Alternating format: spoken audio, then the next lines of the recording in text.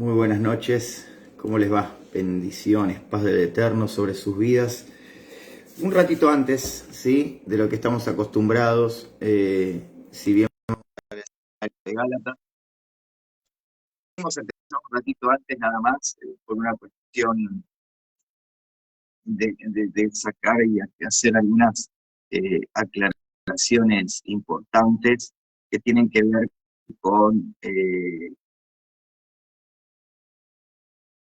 lo que venimos publicando y lo que venimos enseñando en este último tiempo, de lo que venimos hablando en este último tiempo, de lo que venimos dándole un enfoque de entendimiento a las escrituras y de cómo éstas operan en nosotros a través de la buena interpretación de las mismas. Nosotros no podemos servir, no podemos ministrar si no entendemos el contexto real de las escrituras o la forma en la que las escrituras hablan acerca de ciertas cuestiones y de ciertas cosas que tienen que ver con la fe, con el entendimiento de las cuestiones de fe. No voy a hacer un vivo ni un video hablando de Sukkot ni de la fiesta de los tabernáculos, porque lo vamos a ir haciendo y lo vamos a ir enseñando como cada cosa que enseñamos a través de toda una base escritural para saber el por qué, el cómo y el para qué son y de qué manera se practican cada una de estas cosas. Entiendo en este tiempo que ha habido una proliferación de las raíces originales bíblicas. Y primero tenemos que aprender a entender tres aspectos fundamentales que nos van a hacer conocer y comprender la base de hacia dónde nosotros apuntamos con lo que enseñamos. ¿Por qué digo esto? Porque es muy importante que nosotros podamos darnos cuenta a través de la escritura el entendimiento real de cada una de estas cuestiones. Hay una filosofía que se viene dando en estos últimos tiempos, donde lamentablemente muchísimas personas creen o se posicionan en el estudio de las raíces originales bíblicas y pasan del entendimiento de la escritura. Bendiciones, un saludo a todos los que se van conectando, muy buenas noches, gracias por acompañarnos, te invitamos a compartir este vivo que hoy va a estar bastante interesante, vamos a tener bastante tiempo para hablar de muchas cosas. Volviendo de vuelta al tema, nosotros lo que tenemos que comprender es que uno no está enseñando una forma de religión, está enseñando una fe, una aplicación correcta de la fe. La aplicación correcta de la fe tiene que ver con que yo entienda lo que estoy haciendo. El apóstol Pablo, en uno de los textos más populares y más explicados en las iglesias, dice que nosotros debemos adorar a Dios y hacer de nuestra adoración a Dios un culto racional, o sea, un culto entendido. Yo no puedo ministrar, como dicen, a Dios si no entiendo lo que hago o para qué lo hago. Si nosotros hacemos un análisis espiritual y hacemos un análisis de doctrina y hacemos un análisis basado en las escrituras, nos vamos a terminar dando cuenta, lamentablemente, pero esto lo digo de corazón y de verdad, lamentablemente, que casi nadie, y me atrevo a decirlo con todo respeto, ni siquiera quienes están a veces al frente de la obra del Señor, entienden qué es lo que hacen y para qué lo hacen. La respuesta de la gran mayoría es una cuestión de dogma, es una cuestión de doctrina según la denominación en la que estoy, pero todo va por fuera de la doctrina real de las escrituras. Entonces, si yo voy a adorar a Dios, lo tengo que hacer por entendimiento. Porque adorar a Dios no es cantar. Adorar a Dios no es bailar. Adorar a Dios no es ofrenda. Adorar a Dios no tiene que ver con reunirnos todos a levantar las manos y decir aleluya. Adorar a Dios habla específicamente desde el comienzo de la creación en el libro de Génesis, que es obedecer. Yo adoro a Dios cuando obedezco. Ahora, ¿cómo obedezco lo que no entiendo? ¿Cómo obedezco lo que no comprendo? ¿Cómo yo puedo ejecutar correctamente lo que desconozco? Entonces, cuando nosotros nos basamos en el fundamento original y real de la Escritura, en el texto y en el contexto, tanto cultural, de tiempo, de espacio y de realidad, vamos a comprender racionalmente y a entender por qué hacemos lo que hacemos. Si nosotros nos metemos de lleno en la Escritura y dejamos que la Escritura se meta en nosotros, ahí es donde nosotros vamos a comenzar a comprender lo que es adorar a Dios y servir a Dios.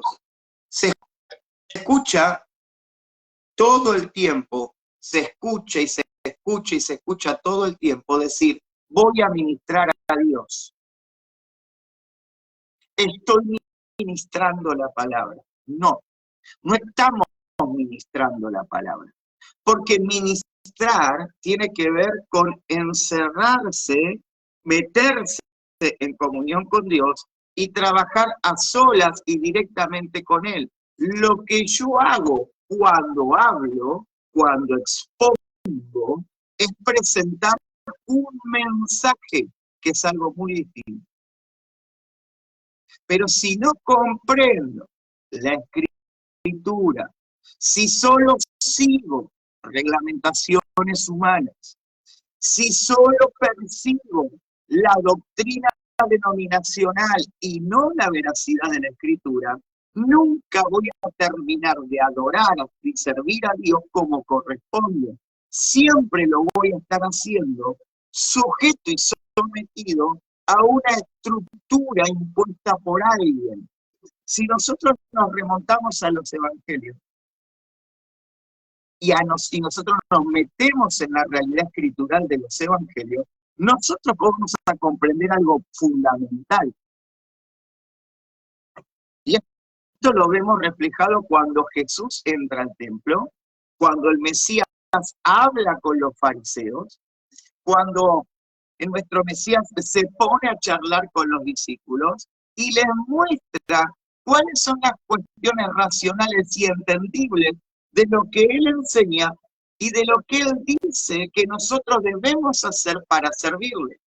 Porque si realmente entendemos la Escritura, si realmente comprendemos la Escritura, si realmente estamos dándonos cuenta de lo que dice la Escritura, ¿por qué todavía seguimos peleando, trabajando y haciendo de la iglesia un lugar de reunión cuando la iglesia es un lugar de formación para salir?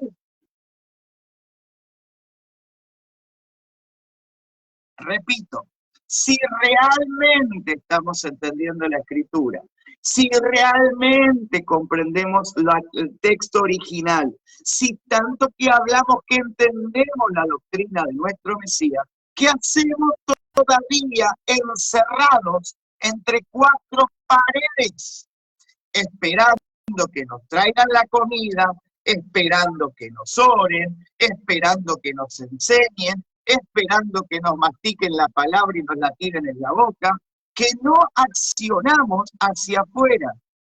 ¿Cómo es que Dios no se ocupa de los que están siendo perfeccionados, sino que está interesado de ir por los rotos? No por los que ya están siendo edificados, sino por los rotos. Vos te metés a ser edificado para comenzar a enseñarle a otros el camino de la edificación. Entonces, si realmente decimos que comprendemos la Escritura, ¿qué es lo que estamos haciendo todavía que no vamos hacia afuera? Cuando el mayor mandato del Mesías, repetido 7 veces en el Evangelio de Mateo, 4 veces en el Evangelio de Marcos, 5 veces en el Evangelio de Lucas, y luego repetido 4 veces en el libro de los Hechos, es ir y hacer discípulos. Si decimos que entendemos, ¿qué está pasando? Que no estamos haciendo lo que tenemos que hacer. Porque todos piensan que hacer discípulos es que yo te dé un manual del ABC del Evangelio. Y hacer discípulos es más profundo que eso. Hacer discípulos es ser mentoreado. Y discúlpenme, porque voy a ser franco, voy a ser claro, y mi franqueza y mi claridad pueden ser duras a la misma vez. Pero ¿por qué seguimos creyendo en esto de que vos estás bajo autoridad y porque estás bajo autoridad tenés una cobertura? Vos no tenés una cobertura de nadie. Nadie te pone una frazada arriba, una manta. No es cobertura lo que Jesús enseñó, es mentoreo. Porque si yo tengo que hacer discípulos, es porque tengo que mentorear. Si yo tengo que hacer discípulos, tengo que generar personas que entiendan la enseñanza y que enseñen exactamente lo mismo. Por lo tanto, no es una cuestión de coberturas, es una cuestión de mentoreo. Vos acá estás siendo mentoreado. Cuando vos tomás una enseñanza, vos pasás a estar mentoreado. Se te está dando una clarificación sobre el ejercicio y la aplicación de ese principio que se te está enseñando. Por lo tanto, estás siendo mentoreado.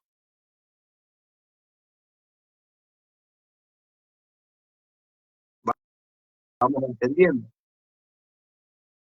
Un mentor es alguien que permite que el discípulo se arrime a él. Nadie puede mentorear si le impide a los discípulos arrimarse a él.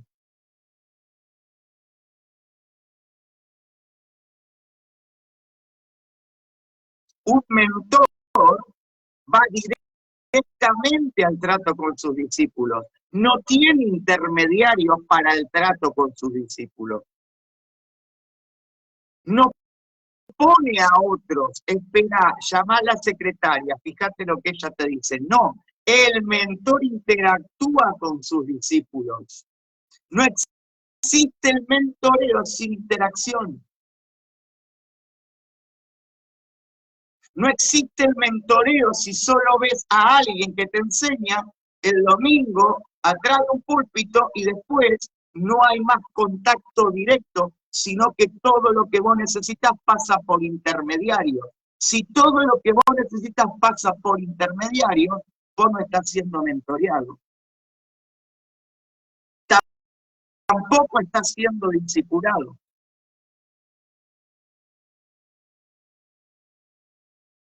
Porque discipulado y mentoreo tiene que ver con interacción, donde vos puedas hablar con tu mentor y tu mentor pueda hablar con vos, sin intermediarios.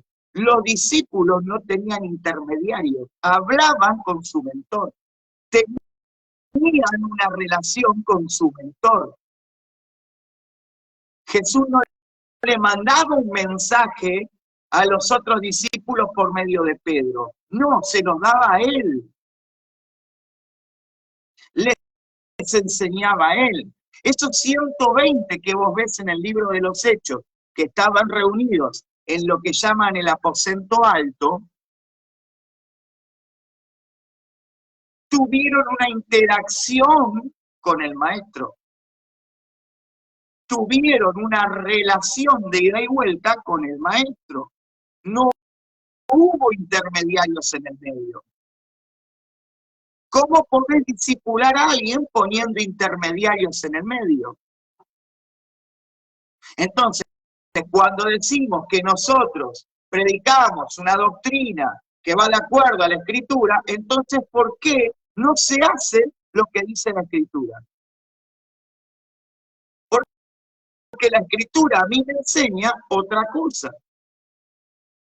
La Escritura a mí me enseña que tengo que hacer discípulos, que tengo que mentorear, que tengo que tener una interacción, una relación unida y vuelta con aquellos a los cuales discipulo. ¿Qué discipulado y qué mentoreo das si cuando tu gente tiene una duda no te puede preguntar? ¿Qué discipulado y mentoreo das si cuando das una enseñanza la diste, te fuiste, pero no estás para responder sus dudas? ¿De qué mentoreo me estás hablando? ¿De qué discipulado me estás hablando?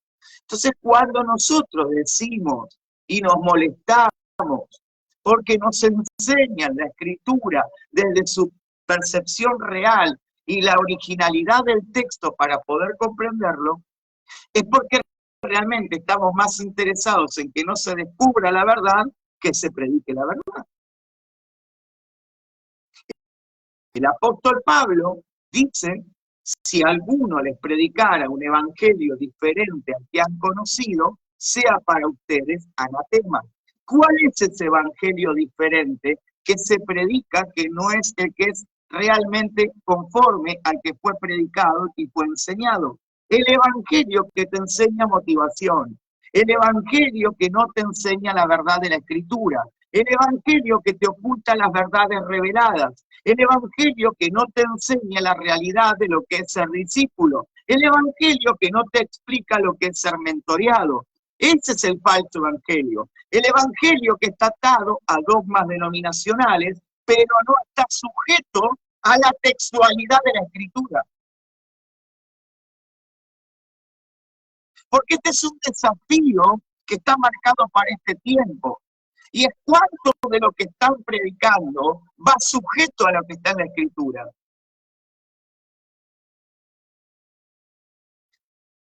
¿Cuánto de lo que se está predicando tiene fundamento no en un versículo, sino en toda la Escritura?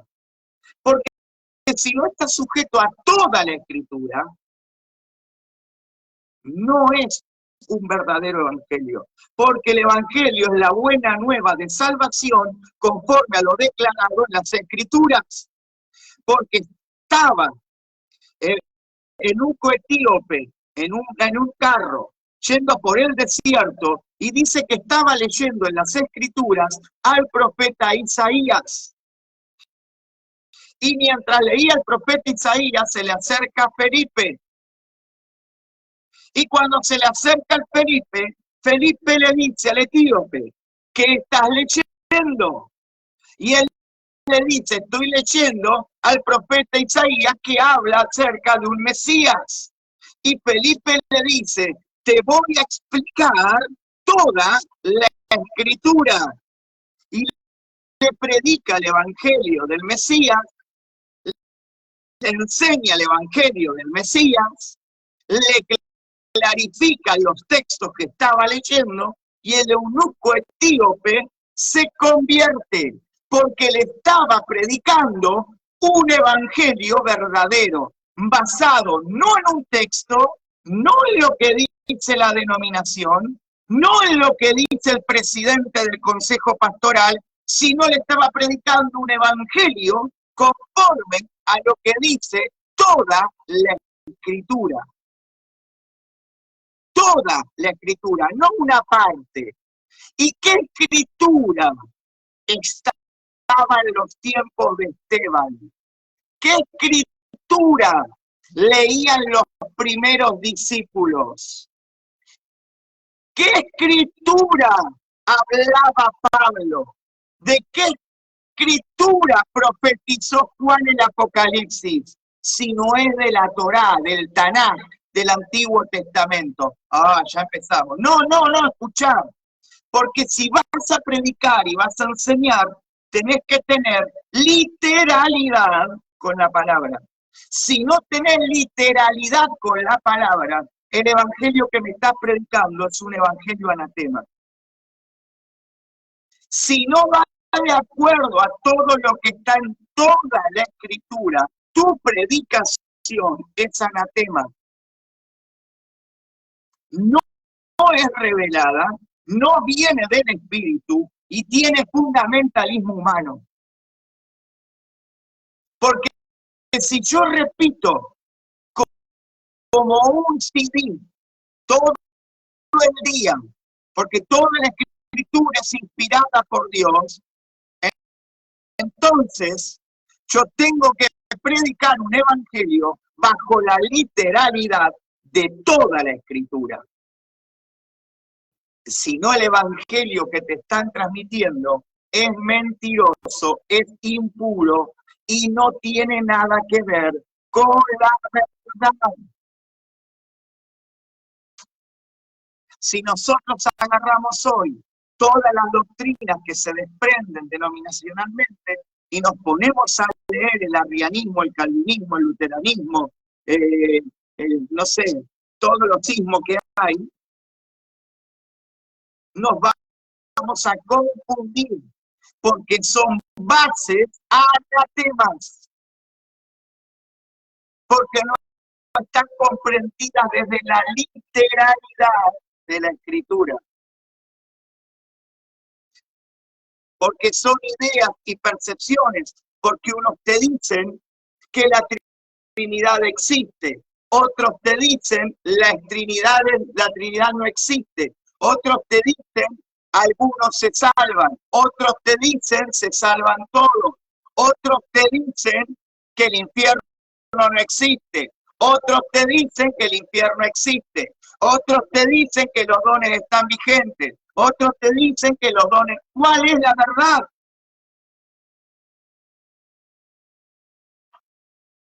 Que alguien me explique cuál es la verdad.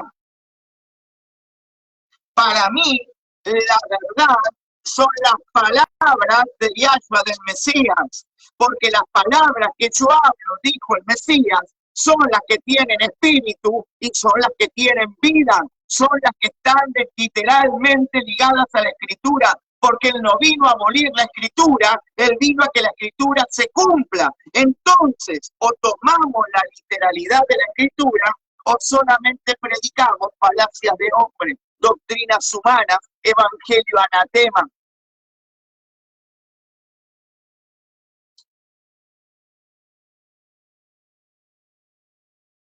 Porque en los tiempos del Mesías estaban los saduceos, estaban los fariseos, estaban los celotes,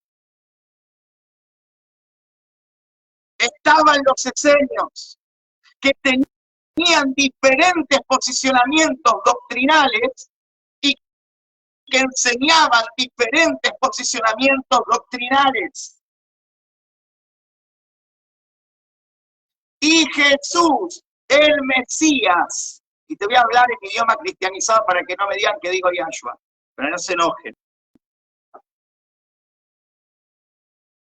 El Mesías, en medio de toda esa cuestión dogmática denominacional, presenta una interpretación de la Torá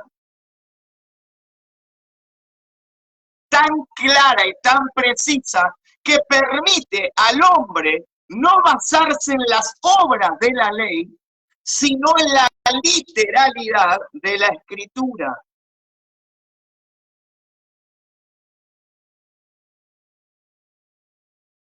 Porque cuando el Mesías le dice, oísteis que fue dicho por los ancianos.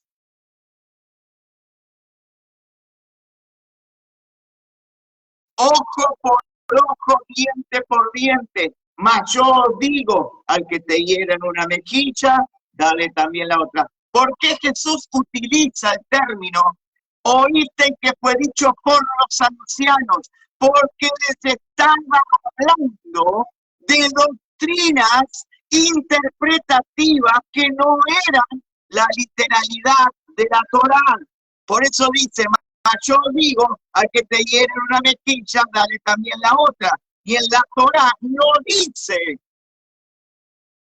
nada contrario. Dice que demos a cada uno conforme a sus obras, y aquel que comete contra nosotros pecado, nosotros no tomemos venganza, porque mía es la venganza. No estaba enseñando un mandamiento diferente, estaba enseñando la aplicación de ese mandamiento. Los ancianos traían doctrina de hombres. Y hoy, denominacionalmente, estamos llenos de doctrina de hombres. Llenas. Ahora, ¿dónde está el Evangelio del Señor?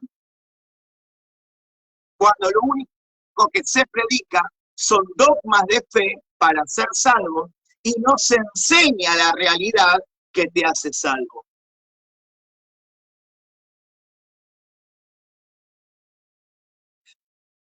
¿Por qué se creen que el Mesías, cuando hace alusión a la parábola de las 10 vírgenes, dice, pero Señor, en tu nombre echamos fuera demonios, en tu nombre hacíamos milagros, en tu nombre predicábamos la palabra, en tu nombre enseñábamos, mas yo en aquel momento, apártense de mí, infractores de la Torá.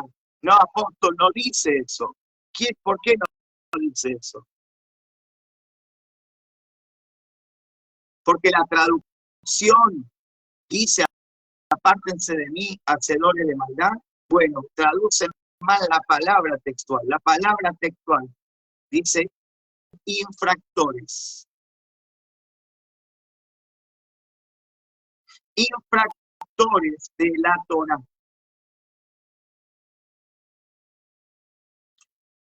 Cuando yo invalido la instrucción, no estoy predicando el verdadero evangelio. Es simple. Y esto no tiene nada que ver con hablar hebreo. Esto no tiene nada que ver con usar una equipa. Esto no tiene nada que ver con ponerte un talí. Esto no tiene nada que ver con guardar Shabbat. No tiene nada que ver con guardar las fiestas del Eterno, porque no son las fiestas de los judíos, son las fiestas del Eterno. El Señor dijo, y estas son mis fiestas, para que cumplas por mandato perpetuo tú y las naciones que estén dentro de ti y contigo. No me creen, lean Éxodo, lean Levítico 16, 17, 18 y 19. Jesús nunca dijo que eso está invalidado. Y podemos discutir textos de Gálatas, textos de los evangelios, podemos discutir en la revelación y en la seguridad de la escritura, la textualidad de esos textos, sin tener miedo a equivocarnos o a pensar que te estamos enseñando algo diferente.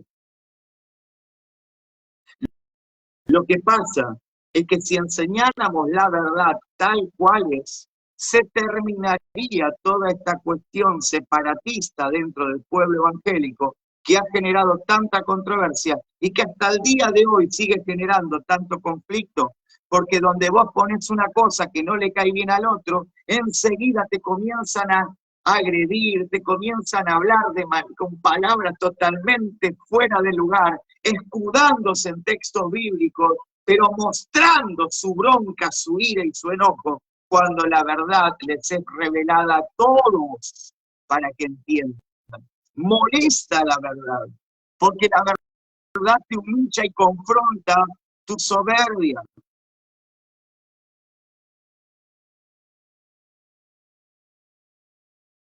Entonces, por eso que enseñamos.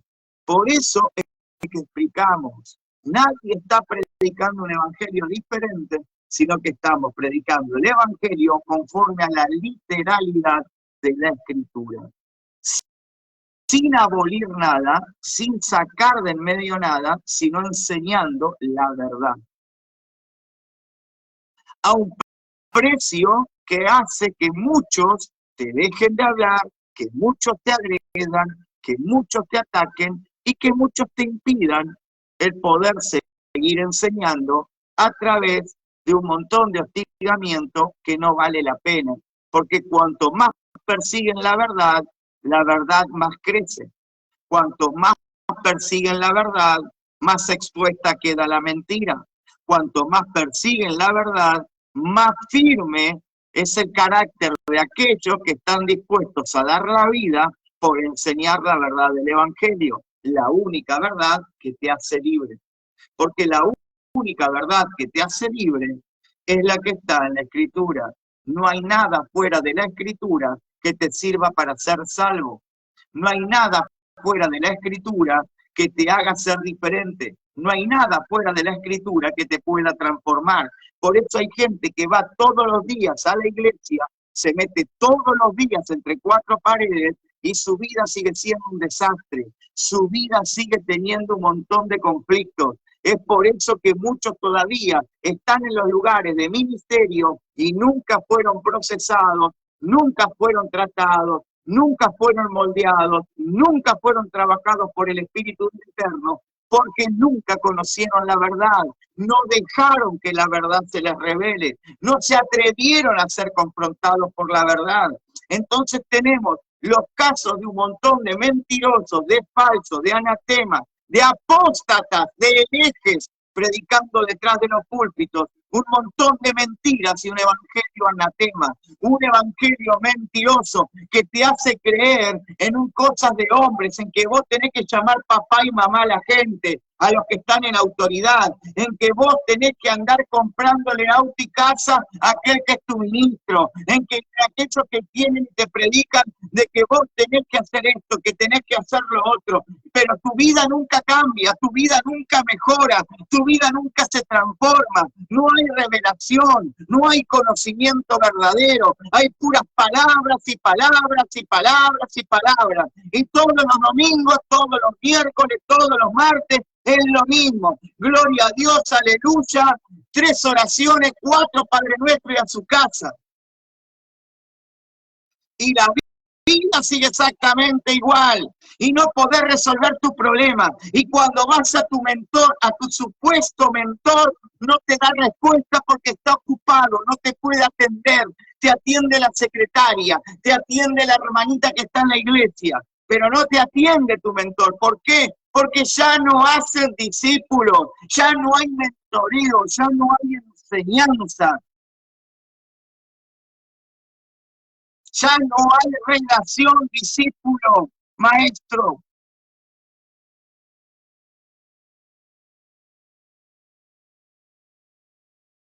Y vos te crees todo lo que dicen.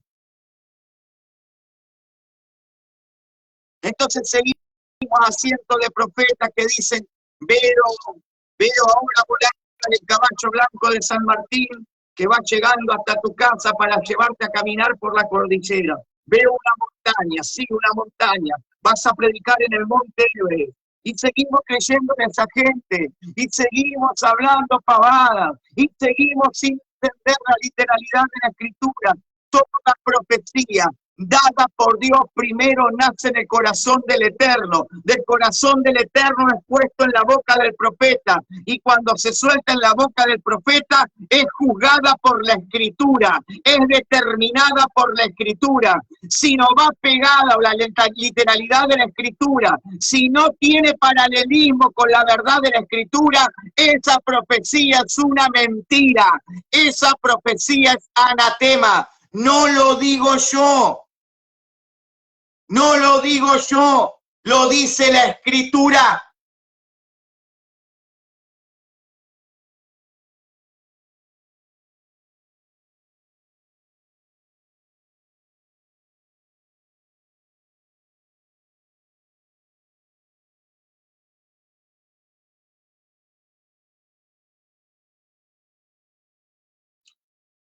si entendiéramos la Escritura y comprendiéramos la Escritura, ¿cómo es posible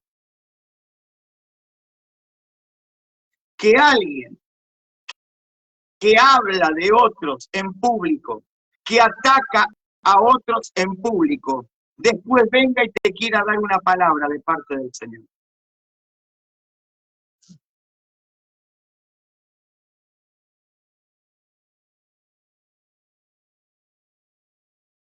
¿Cómo es posible que alguien que juzga a sus hermanos, condena a los que están con él, no es capaz de respetar la asignación de otro? Luego se pare detrás de un púlpito de madera y te predique el evangelio de la bendición, te predique el evangelio de la verdad. ¿Acaso de una misma fuente puede salir agua dulce y agua salada? ¿Sabés por qué abundan los apóstatas? Porque ellos no hacen discípulos. Como no interactúan con la gente y la gente no tiene una relación con ellos, pueden seguir teniendo una doble vida, total, nadie se da cuenta.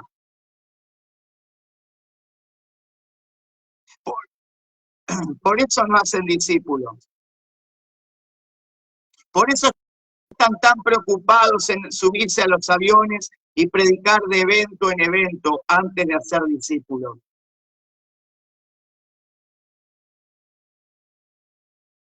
Por eso para ellos es tan importante la fama y se la pasan haciendo vivos y haciendo cosas, gritando y soltando y soltando y soltando palabras. Yo no sé de dónde las sacan.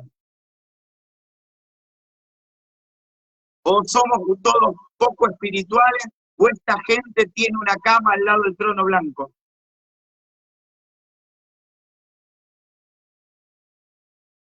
Cuando nosotros leemos la Escritura y vamos a hablar del Nuevo Testamento para que no empiecen a decir, ay, hablo que es antiguo, no vamos a hablar de nuevo. Dice en el libro de los Hechos que estaba Bar Jesús, un profeta, y que estaba Felipe, que tenía hijas que eran profetisas.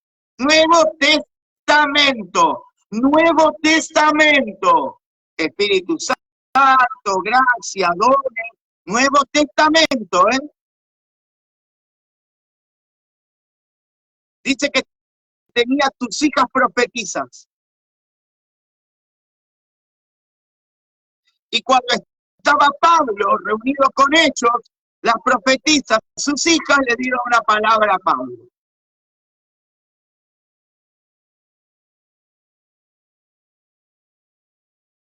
Bar Jesús, cuando se encuentra con Pablo, baja y le da una palabra a Pablo antes que Pablo emprenda su viaje. No dice, y Bar Jesús, que estaba haciendo campaña evangelística por todo el Medio Oriente, estaba predicando y profetizando en todas las iglesias, y dejó lo que estaba haciendo y se tomó un vuelo para ir a predicarle al apóstol Pablo. Y cuando vio al apóstol Pablo, le dio una palabra. No, hablaban cuando tenían que hablar. Cuando no tenían que hablar, se callaban la boca.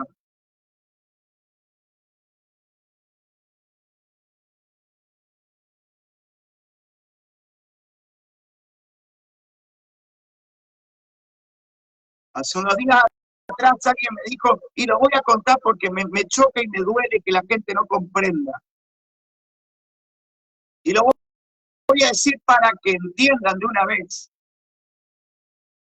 Te escriben y te dicen, apóstol, Dios me dijo que usted tiene una palabra para mí. Yo no sabía o entendí mal, pero a mí Dios no me avisó nada que te tenía que dar una palabra. O sea, Dios le dice a otro que yo le tengo que dar una palabra, pero a mí que la tengo que transmitir no me lo dice. Y Dios no hace nada sin revelarlo primero a los suyos. Repito, Dios no hace nada sin revelarlo primero a los suyos. Entonces, ¿qué sucede? Por causa de los falsos y los apóstatas, los herejes, los mentirosos, los ministerios vigentes de la Escritura son vapuleados. Los apóstoles son golpeados por culpa de los asalariados. Los profetas son golpeados por culpa de los adivinos. Los pastores son golpeados por causa de los malos pastores. Los evangelistas son golpeados por causa de los evangelistas que dejaron de ser evangelistas para ser famosos en las redes sociales en vez de estar en las calles predicando el evangelio. Y los que enseñan la escritura desde el original son criticados por causa de los que aprenden 4 palabras en hebreo y en vez de entender que son para revelar la verdad, se hacen judíos.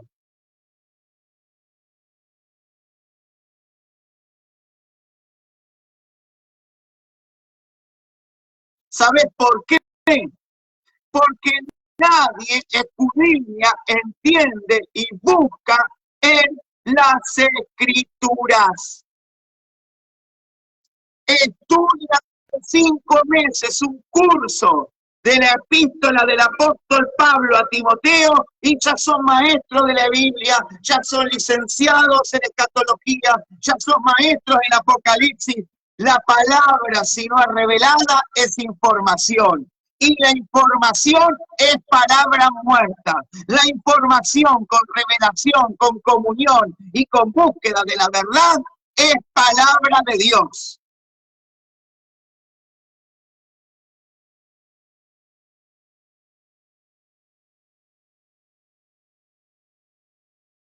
Porque ¿sabes cuál es el problema?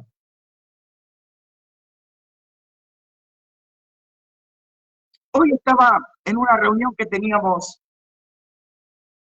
con un ministerio con el que compartimos trabajos en común.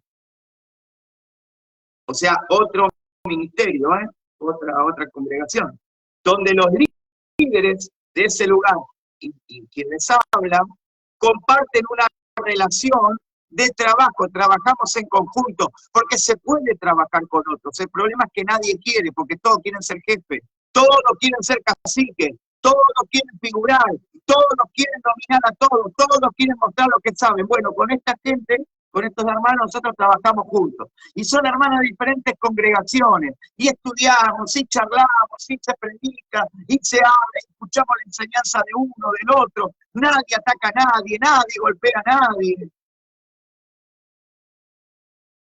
No estábamos sacando, no, a ver la costilla. Y una hermana que estaba trayendo el mensaje predicaba y enseñaba. Y me llamó la atención que dentro del mensaje ella utilizó una palabra, que es la palabra convertirse.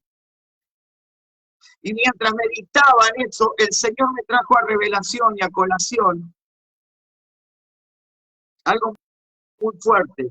Todos recuerdan en el Evangelio de Lucas, capítulo 7,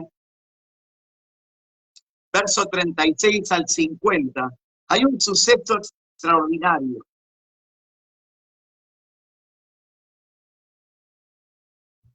Y este suceso pasa en la casa de un fariseo, de un maestro de la ley.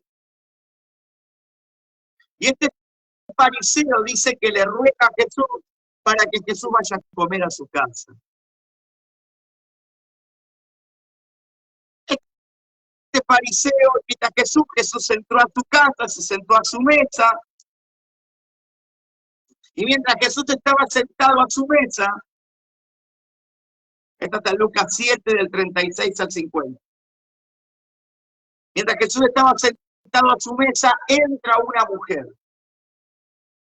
todos conocen la historia, pero se la voy a comentar para ponerlos en contexto, porque eso de predicar un versículo sin contexto de apóstatas, de herejes que quieren inventar lo que quieren. Este fariseo lo hace sentar a Jesús en la mesa, y mientras él estaba sentado en la mesa,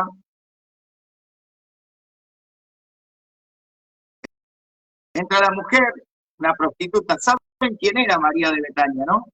Le voy a contar un secreto. ¿Saben quién es María o Miriam, en realidad su verdadero nombre? Miriam de Betania, la que rompe el frasco en los pies del Mesías.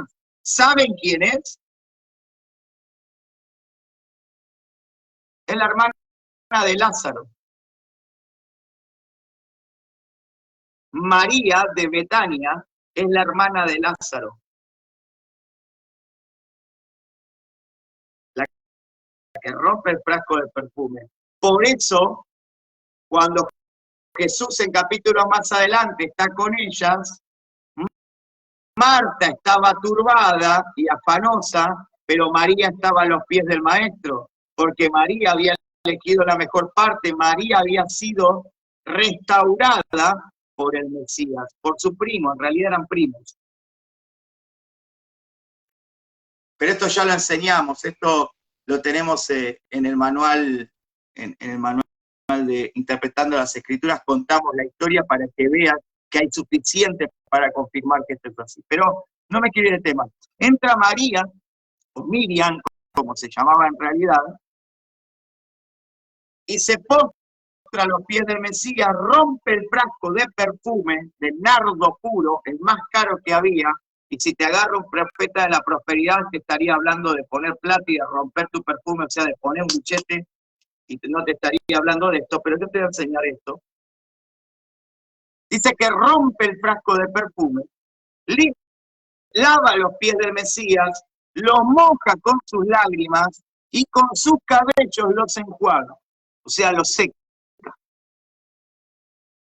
Entonces el fariseo piensa y dice, si supiera quién es, sí sabía quién era la prima, era la hermana de Lázaro. Si supiera quién es esta, quién es la que le toca los pies. Y Jesús, Yahshua, el Mesías, dice algo poderoso. Le dijo a Simón, ¿es esta mujer? Sí, le dice Simón, sí, la vi, ¿eh? Vos sabés quién es, ¿no?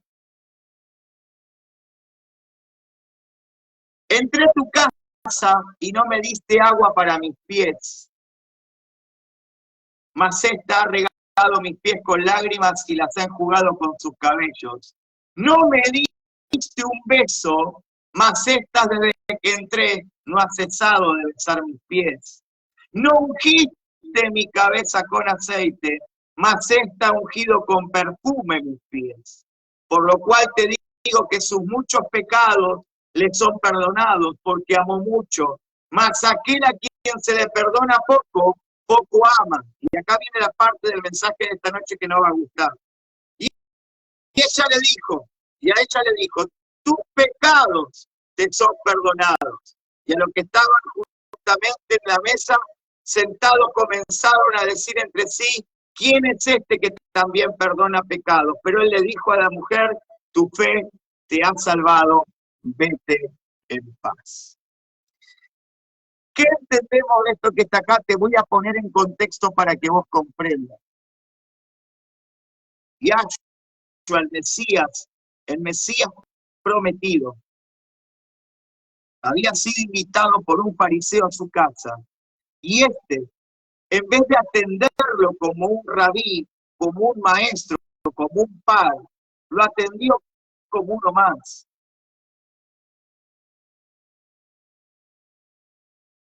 ¿Qué te quiero decir con esto? Hay gente que confiesa que Jesús es el Señor, pero que jamás tiene una relación íntima con Él. Hay gente que confiesa a Jesús, pero no lo honra a Jesús. Hay gente que predica de Jesús, pero nunca se rompió ante él. Hay gente que conoce a Jesús y entiende las Escrituras, pero nunca fue capaz de tirarse a sus pies. En los tiempos del Mesías, cuando un maestro de la Torá, como era Yahshua, como era Jesús, el Mesías, entraba a una casa, o cualquiera cuando entraba a una casa, lo primero que se le daba era una vasija para que se lavara los pies. Calculen que andaban en sandalias y caminaban por caminos de arena y de polvo y de tierra, y no se iban a sentar a la mesa con los pies sucios, porque ellos no se sentaban en la mesa como nosotros con una silla. Ellos se sentaban a la altura del piso y sus pies quedaban cerca de la mesa. Cuando vos le dabas agua a alguien para que lavara sus pies, le estaba diciendo que era bienvenido a esa casa. Todo esto tiene una interpretación profética interesante. Cuando un maestro de la ley o alguien importante llegaba a una casa, el que lo recibía diferenciaba, escuchen esto, diferenciaba la autoridad que esa persona tenía dándole un beso. Por eso es que Judas le da un beso al Señor. Aprendan esto. Cuando Judas besa al Mesías, lo besa para mostrarle a los fariseos que él era la persona de autoridad, porque se le daba un beso al que tenía autoridad, no se besaba todo.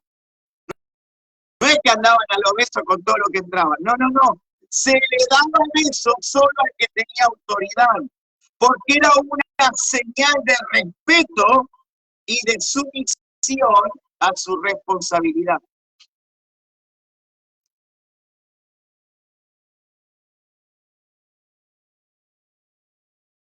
Esta mujer limpió los pies de Jesús. Esta mujer besó los pies de Jesús. Es más, el fariseo, cuando le invita al Señor, no lo sentó a la cabecera de la mesa. En aquellos días, cuando alguien te cedía a la cabecera de la mesa, estaba diciendo que tu presencia era tan importante que te daba el lugar de privilegio.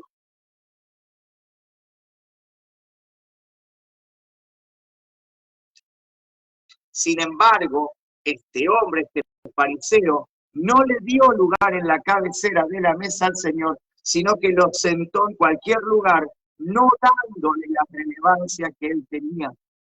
Y así hay muchos creyentes hoy. Aceptaron a Jesús y creen que con eso son salvos.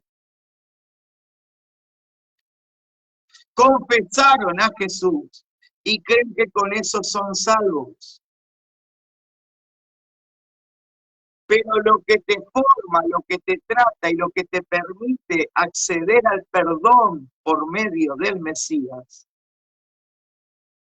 es que vos te rompas ante él, lo recibas como corresponde, le reconozcas su autoridad, te sometas a tu autoridad y te quites vos del medio para darle a él el lugar principal en tu vida. Hasta que eso no suceda, vos no podés hacerte llamar hijo de Dios. Por eso que algunos, en vez de llamarse hijo de Dios, se llaman según la denominación, porque conocieron el nombre del Mesías, confesaron el nombre del Mesías, pero viven de acuerdo a una tradición y no de acuerdo a una relación. Repito, viven conforme a una tradición y no de acuerdo a una relación. Y ahí es donde radica el problema de mucha gente. Piensan que son salvos porque confesaron y se bautizaron. Piensan que son salvos porque una vez escucharon un mensaje o porque alguien en algún momento les dio una palabra profética. Si vos no te relacionás con el Mesías de la Escritura y no comprendés al Mesías de la Escritura, lamento informarte que no hay perdón. Por eso el Señor le dijo, escúchame, al que mucho se le perdona, mucho ama. O sea, aquel que está dispuesto a dejar todo de lado por cumplir con la voluntad y el misbot, el mandamiento del Eterno, ese es el que se salva. Este es el que recibe perdón. ¿Cómo podemos predicar y hablar de un Mesías activo y poderoso y del poder del Espíritu del Creador activo, poderoso dentro de nuestros lugares, cuando en vez de darle lugar al Eterno, nosotros nos queremos poner como los directores de la iglesia, los jefes de la iglesia, los ejecutores de la salvación, los ejecutores de la verdad de la palabra, los ejecutores de los milagros, y en vez de levantar al Mesías, nos levantamos a nosotros mismos?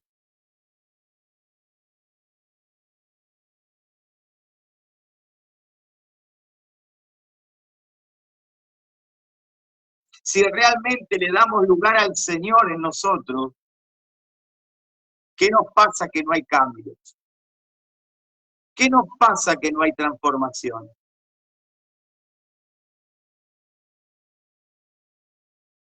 ¿Sabes por qué hay gente que todavía juzga el pasado de otros? Porque tampoco su pasado fue removido de sus vidas. Porque cuando vos te das cuenta que Dios remueve tu pasado realmente a través del Mesías, a través de la vos dejás de juzgar el pasado de los demás, porque tu pasado Él lo borró. ¿Por qué andas vos trayendo todo el tiempo? ¿Por qué estás trayendo todo el tiempo a memoria el pasado de la gente y se la andás refregando, diciendo que le estás hablando por medio del Señor para que se salve? La gente no se salva porque le recuerde su pasado. La gente se salva porque le recuerdes que hay redención por medio del Mesías.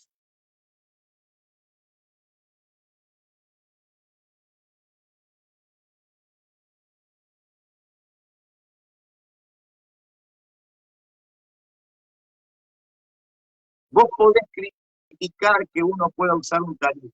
Vos podés criticar que uno pueda enseñar las palabras de acuerdo al original hebreo.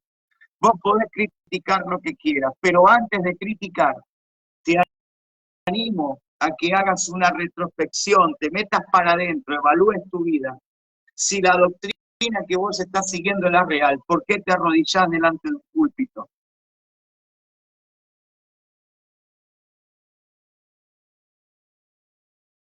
Cuando el púlpito en sí no es nada, eso es idolatría. Vos sos el altar.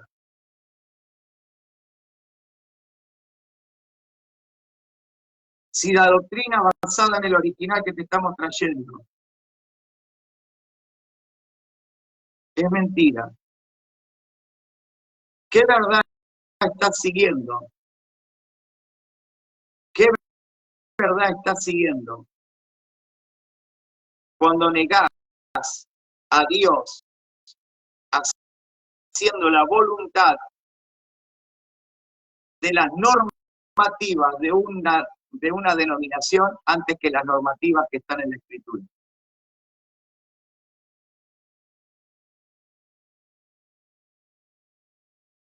¿Con qué criterio juzgás cuando en vez de mentorear solo le das el nombre a alguien para que solamente tribute a tu ministerio, pero no tenés una relación con esa persona?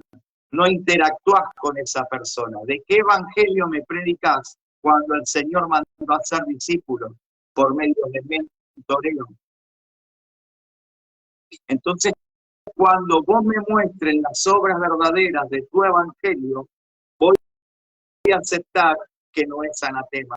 Mientras tanto, voy a morir por mi verdad, la verdad que el Señor ha entregado, y la voy a hacer valer, y la voy a enseñar, y la voy a predicar, moleste a quien le moleste.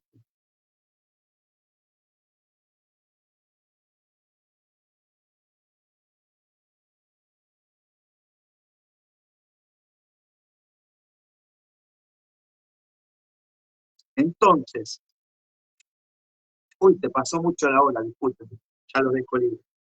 Entonces, ¿cuándo vamos a aprender? ¿Cuándo nos vamos a dejar enseñar? ¿Cuándo nos vamos a dejar discipular?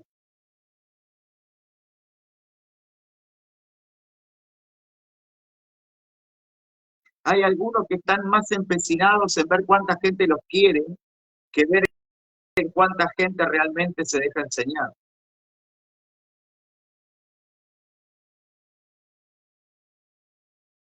Algunos están más preocupados por los seguidores en las redes sociales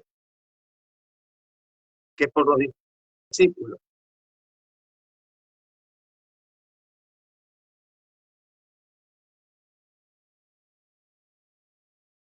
¿Cuándo vas a interactuar con tu gente? ¿Cuándo vas a conversar con ellos?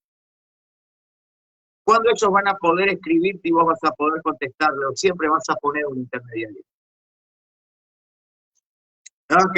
Que tengo muchas actividades. Bueno, bajate de las actividades 1 minuto y dale tiempo a los frutos. Jesús estaba lleno de actividades, no tenía dónde recostar su cabeza. Eso no quiere decir que no tenía dónde vivir. Lo que quiere decir eso es que él no tenía tiempo para perder. Él no tenía tiempo para perder. Por eso dice, no tengo dónde recostar mi cabeza. No estaba hablando de que no tenía casa. Tenía casa, tenía la casa de su madre, tenía la casa de sus hermanos, tenía la casa de sus primos, él tenía donde estar.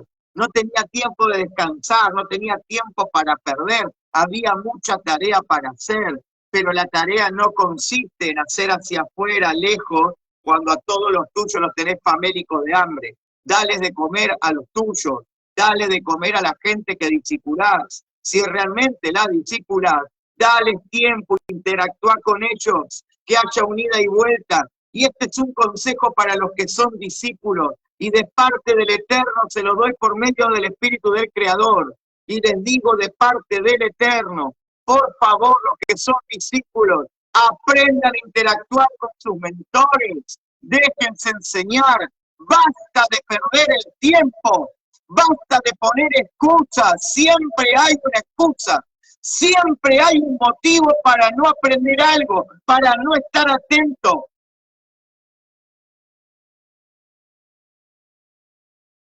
Hagan una evaluación de cuánto tiempo están al cohete, paviando.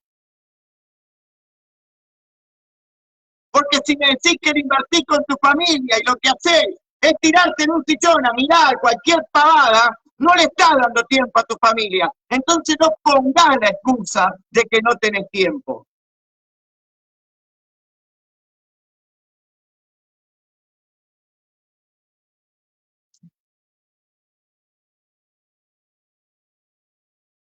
Llegó el momento de empezar a hacer lo que corresponde. Y si vos querés progresar en tu vida espiritual y ministerial, dejate enseñar. Y dejá de ser un ridículo rebelde que va a donde le conviene, que hace amistades con los que le conviene, porque no le marcan dónde está el fallo para empezar a cambiar y empezar a mejorar. Entonces van a los lugares donde les inflan el ego, donde los ponen allá arriba, pero nadie les enseña. Porque, ¿sabés qué? No les interesa tu alma, les interesa tu aporte. Porque cuando a alguien le interesa tu alma, No le importa decirte lo que te molesta, sino que lo hace para levantarte, para sanarte y para ponerte en el lugar que te corresponde, para que tu alma no se pierda.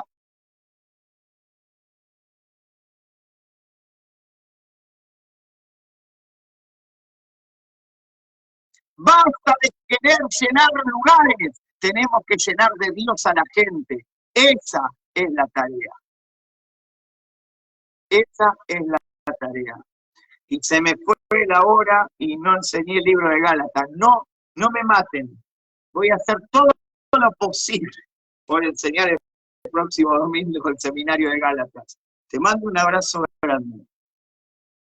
Que la paz del Eterno esté sobre su vida, que el Eterno te bendiga, te guarde, y como dice la Escritura en el libro de Levítico, haga resplandecer su rostro sobre ti, tenga de vos siempre misericordia y te dé su shalom, su paz, por medio del Mesías, por medio de Yahshua, por medio del poder del Espíritu del Señor, y que todo lo que hagas a partir de este día lunes sea con toda la bendición y la prosperidad marcada y determinada por la Escritura y no por un hombre. Muchas bendiciones y shalom.